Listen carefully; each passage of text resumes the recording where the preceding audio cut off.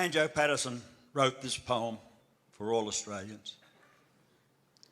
There was movement at the station, for the word had passed around that the colt from Old Regret had got away and had joined the wild bush horses.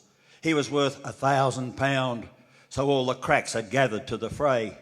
All the tried and noted riders from the stations near and far had gathered at the homestead overnight, for the bushmen love hard riding where the wild bush horses are, and the stock horse snuffs a battle with delight.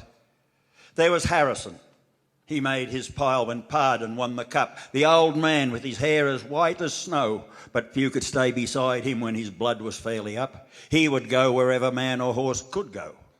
And Clancy of the Overflow came down to lend a hand.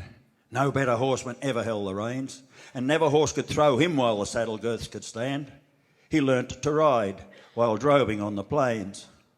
And one was there, a stripling on a small and weedy beast. He was something like a racehorse undersized, with a touch of Timor pony, 3 parts thoroughbred at least, and such as are by mountain horsemen prized.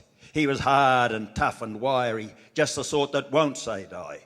There was courage in his quick, impatient tread, and he bore the badge of gameness in his bright and fiery eye and the proud and lofty carriage of his head.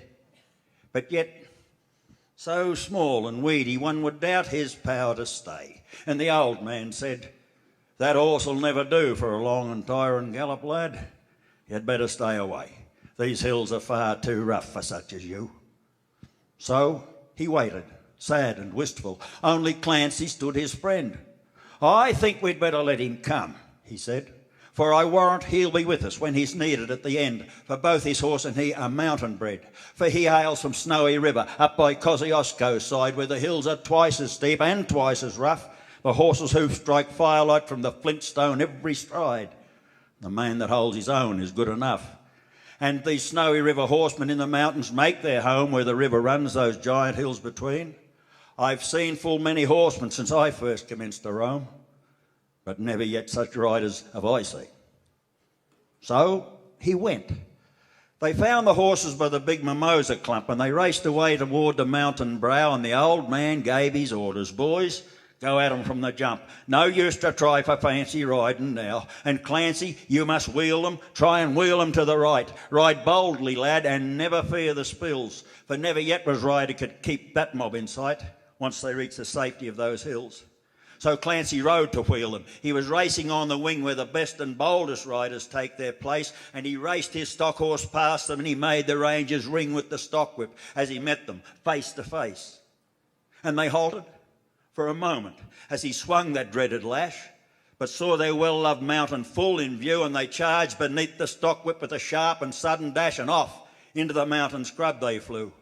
And fast the horsemen followed, where the gorges deep and black resounded to the thunder of their tread, and their stock whips woke the echoes, and they fiercely answered back from cliffs and crags that beetled overhead.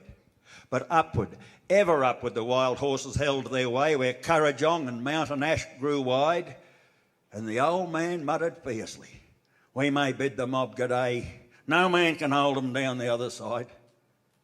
When they reached the mountain summit, even Clancy took a pull. It well might make the boldest hold their breath, for the wild hop scrub grew thickly, and the hidden ground was full of wombat holes, and any slip meant death. But the man from Snowy River let his pony have his head. He swung his stock whip round and gave a cheer, and he sent the pony plunging like a torrent down its bed, while the others held their breaths in very fear. He sent the flint stones flying, but the pony kept his feet. He cleared the fallen timber in his stride, and the man from Snowy River never shifted in his seat. It was grand to see that mountain horseman ride through stringy barks and saplings, over rough and broken ground. Down the hillside at a racing pace he went, and he never drew the bridle till he landed safe and sound at the bottom of that terrible descent. He was right among the horses as they climbed the farther hill, and the watchers on the hillside, standing mute, saw him ply his stock whip fiercely. He was right amongst them still as he raced across the clearing in pursuit. Then they lost him for a moment where 2 mountain gullies met in the ranges, but a final glimpse reveals, on a dim and distant hillside, the wild horses racing yet, with the man from Snowy River at their heels. And he ran them single-handed till their sides were white with foam. He followed like a bloodhound on their track till they halted, cowed and beaten. Then he turned their heads for home, and alone and unassisted brought them back.